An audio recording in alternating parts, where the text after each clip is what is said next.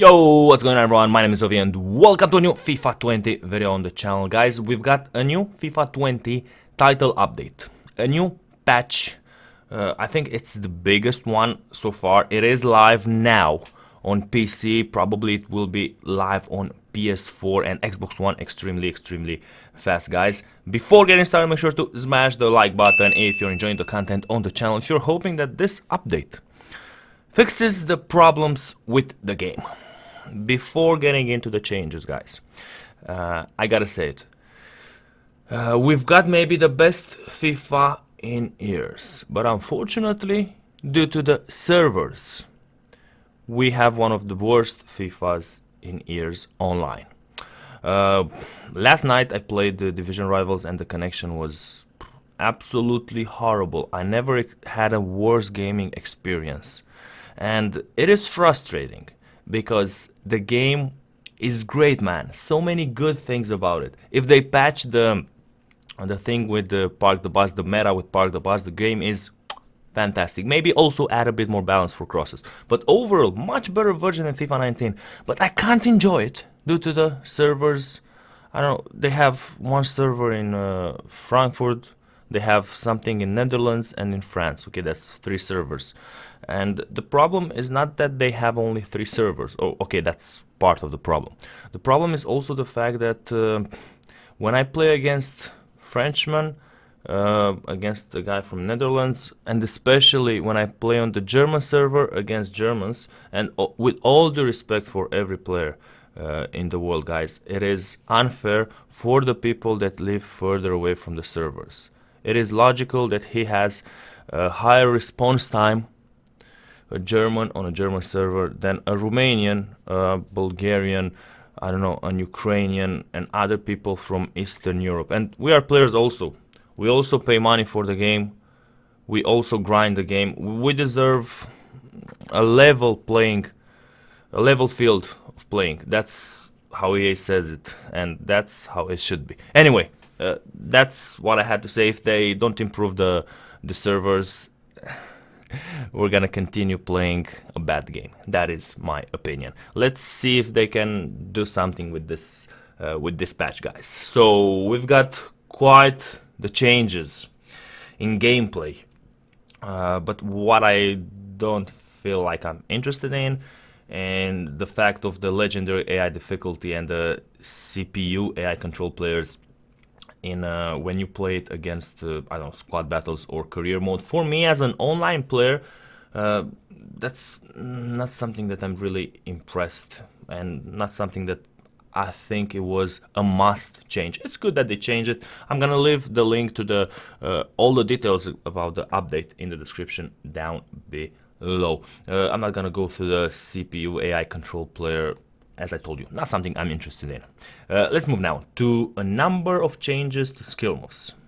Okay, increase the responsiveness of the body feint skill move when performing it while standing still. Okay, I didn't notice that being a problem, but if it was, thank you for fixing it.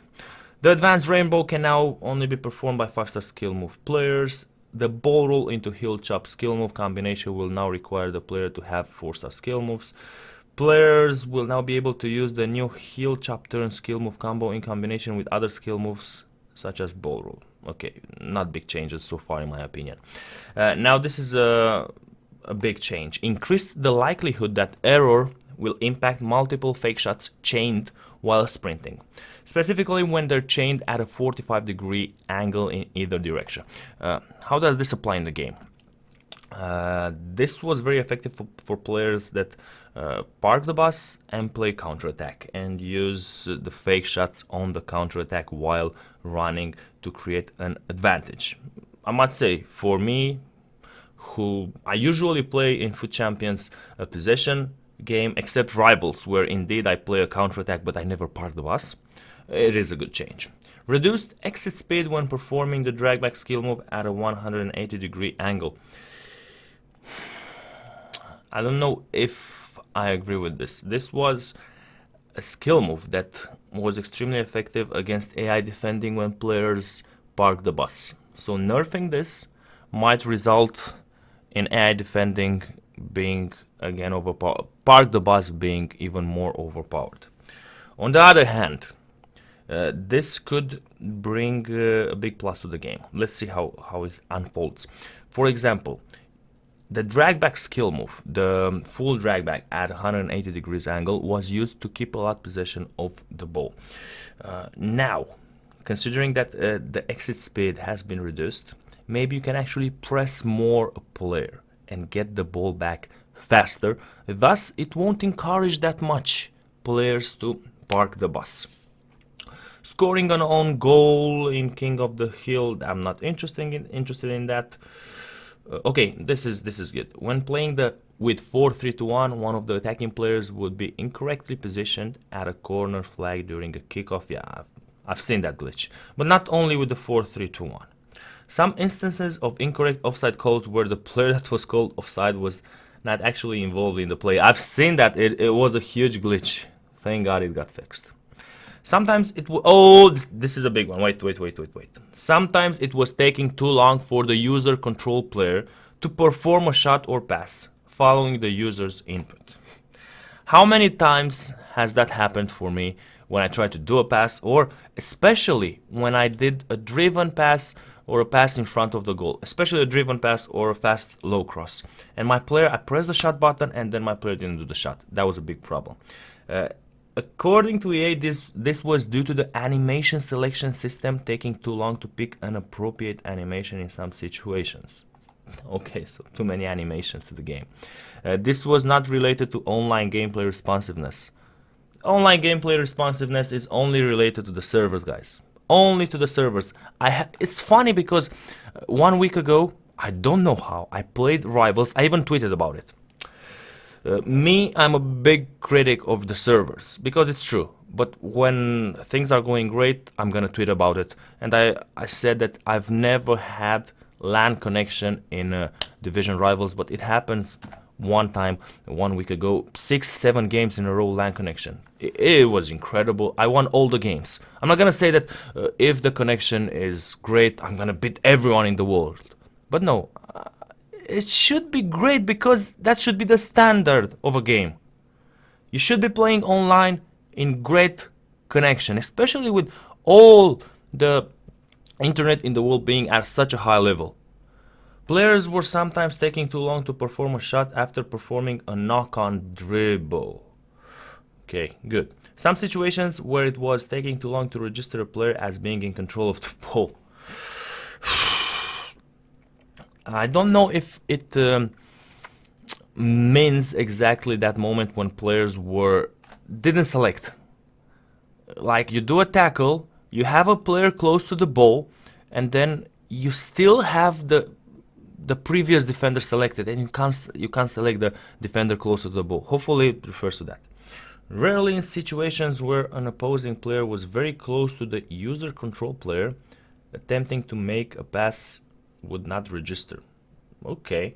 After a strong challenge, the user control player would sometimes visually react, causing them to not be able to take part in the play until that reaction has ended. Thank God that it's gone. Increase the likelihood that a goalkeeper will gather the ball after performing a slide into a ball carrier's fit. Okay. I don't like this. Previously, this resulted in too many loose balls and goal scoring situations. So this is like, I'm going one-on-one with the goalkeeper. He does a slide with his feet or with his hands. And now he has even more chances of grabbing the ball like before. I can't do a ball roll and get past him and score the goal. The problem is that I don't have other options to score goals. There should be an option where I can dribble the goalkeeper once I'm one-on-one and he's 2-3 meters in front of me.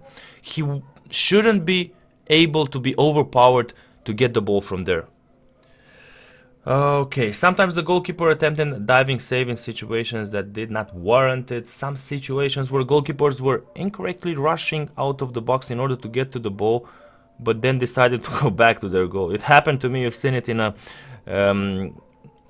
the first 1, 2, 3 episodes of my RTG. Okay, goalkeepers were sometimes having the ball knocked out of their hands due to the contact from a teammate. When a goalkeeper was throwing the ball to a player, sometimes an unintended player would get selected by players switching and would then need to chase after the ball. Man, there's so many fixes. So many fixes. When in a contested situation, goalkeepers will be less likely to be impacted by physical contact between them and other players. Okay. A lot of goalkeepers. Incorrect animations. When playing lock to the goalkeeper, I don't play pro clubs. Incorrect animations were sometimes occurring in contested heading and contested passing situations. Too many problems with the animations. Guys, keep it a bit more simple. Simple is better. Don't do it that complicated. See what happens when you have too many animations. Players sometimes running in place when attempting to move towards the ball. Dude, how many of these are? Wow. Shouldn't be, man. There shouldn't be so many fixes. Like, I'm happy they're getting fixed, but we should be getting the game a more, how can I say, a more tested game. Okay, improved situations were players were taking too long to retake control of the ball following a let ball run action. Having a lot of problems with this. So I let the ball pass between the legs of my player on a counter attack. Usually there are two situations on a counter attack. The opposing defender is jockeying and controlling the area, not attacking you decisively. In that moment, you just take control of the ball.